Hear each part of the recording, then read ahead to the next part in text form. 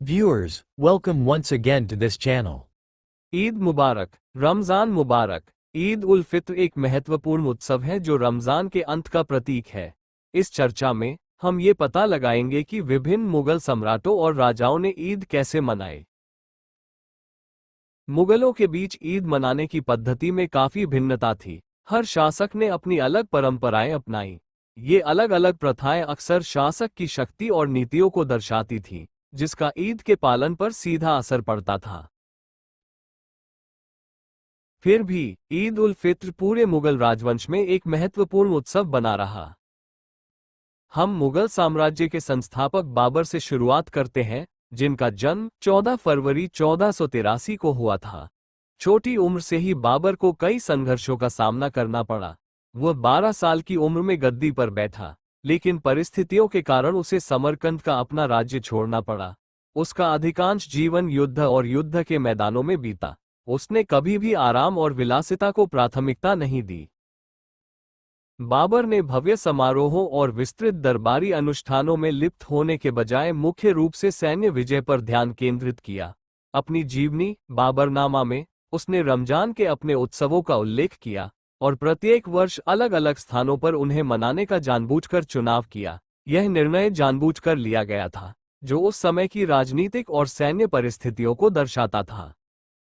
दुख की बात है कि अपने जीवन के अंतिम 4 वर्षों में उन्होंने रमजान को भव्य और शाही तरीके से मनाया।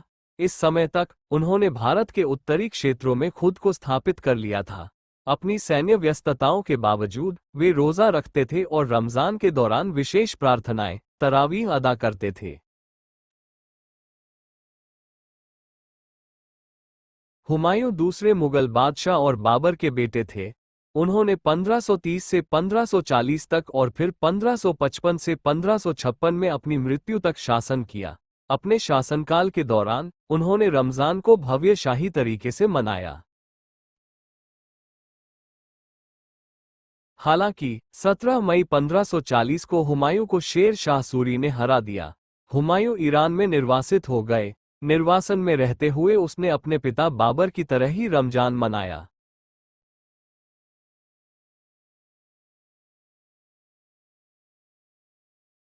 हुमायूं के बाद उनके बेटे बादशाह अकबर ने गद्दी संभाली।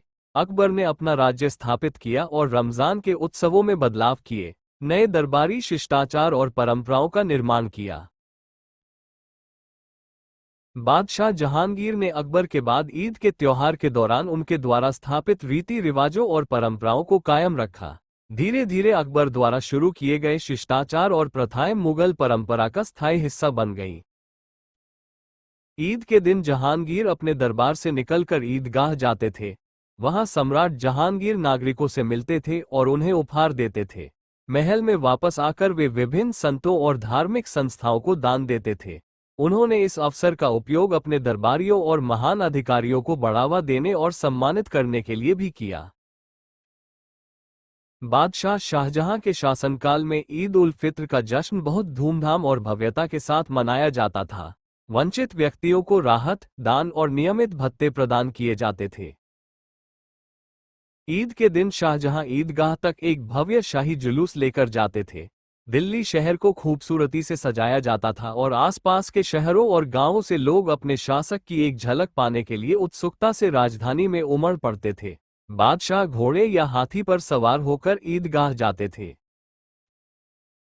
1656 में दिल्ली में जामा मस्जिद के निर्माण के बाद सम्राट शाहजहां ने मस्जिद में ईद की नमाज अदा करना शुरू किया।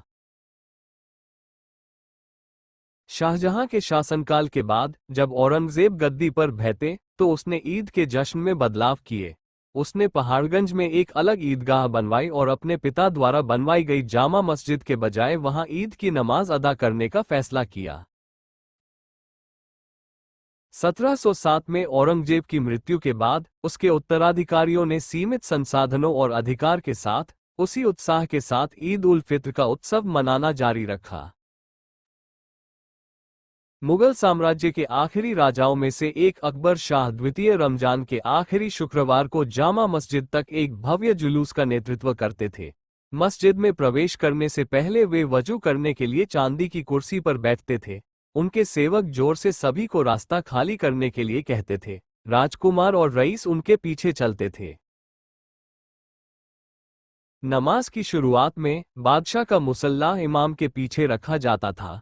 उत्तराधिकारी बादशाह के बाईं ओर बैठते थे, जबकि अन्य राजकुमार उसके दाईं ओर अपना स्थान लेते थे। इमाम खुतबा या उपदेश देते थे। खुतबा के बाद इमाम सभी दिवंगत बादशाहों के नाम पढ़ते थे।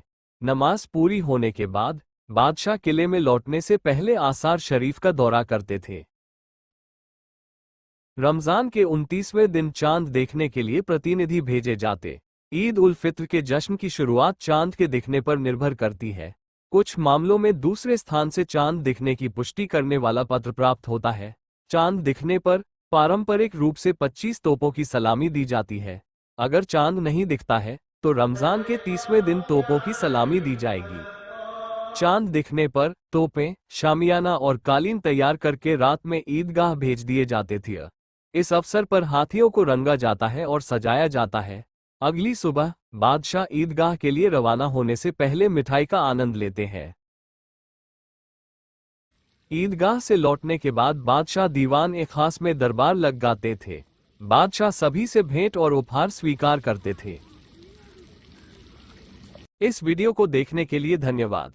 भारतीय इतिहास के अनकहे और भूले हुए तथ्यों तक पहुंच पाने के लिए हम आपको इस चैनल की सदस्यता लेने के लिए प्रोत्साहित करते हैं।